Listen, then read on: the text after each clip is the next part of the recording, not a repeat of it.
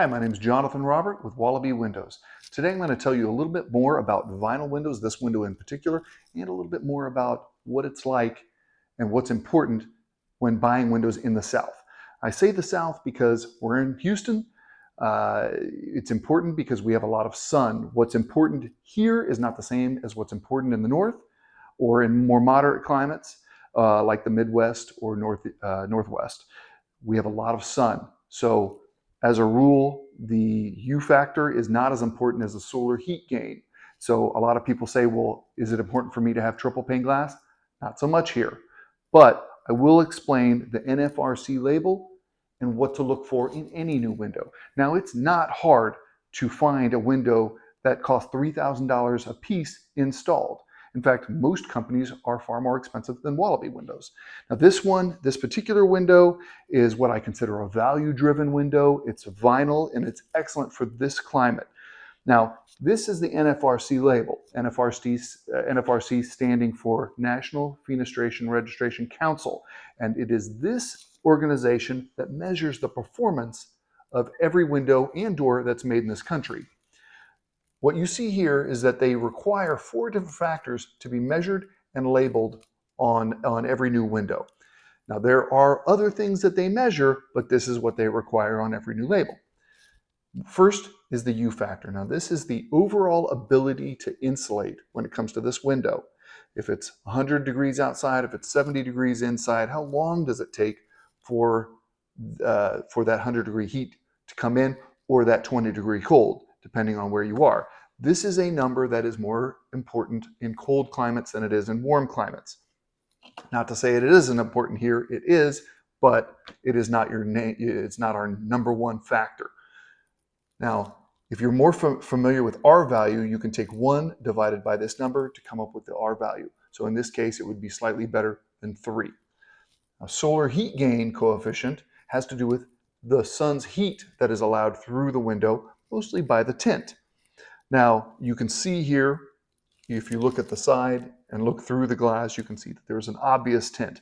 This is actually required on all new windows, especially in the South.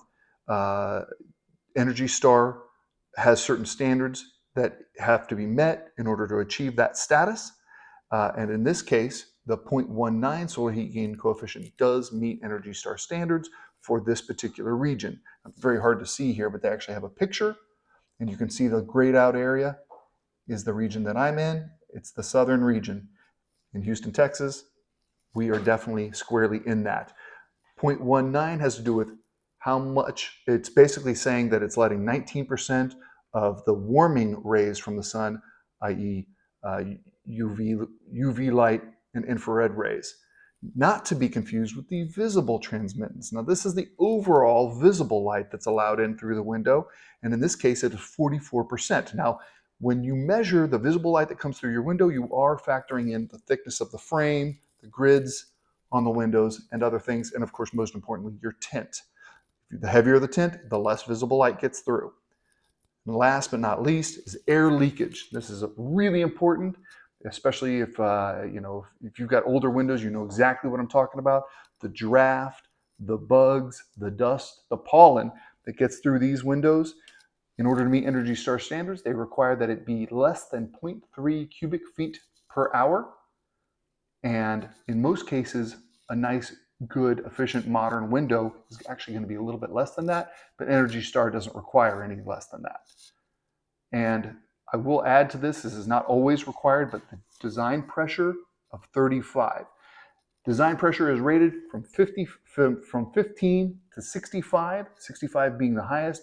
It is how rigid the window stays in high winds, and this is coming from inside or outside. The pressure that's on the house can come from both sides. There's negative exterior and interior pressure, negative and positive pressure.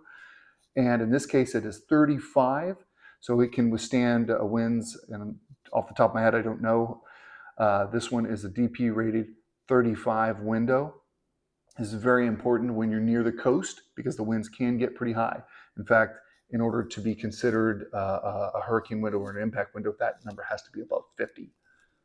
But these are all the things that are measured by the NFRC and labeled, and that is what they mean. You can spend so much more than what this window costs, and those numbers very rarely are a whole lot better than this.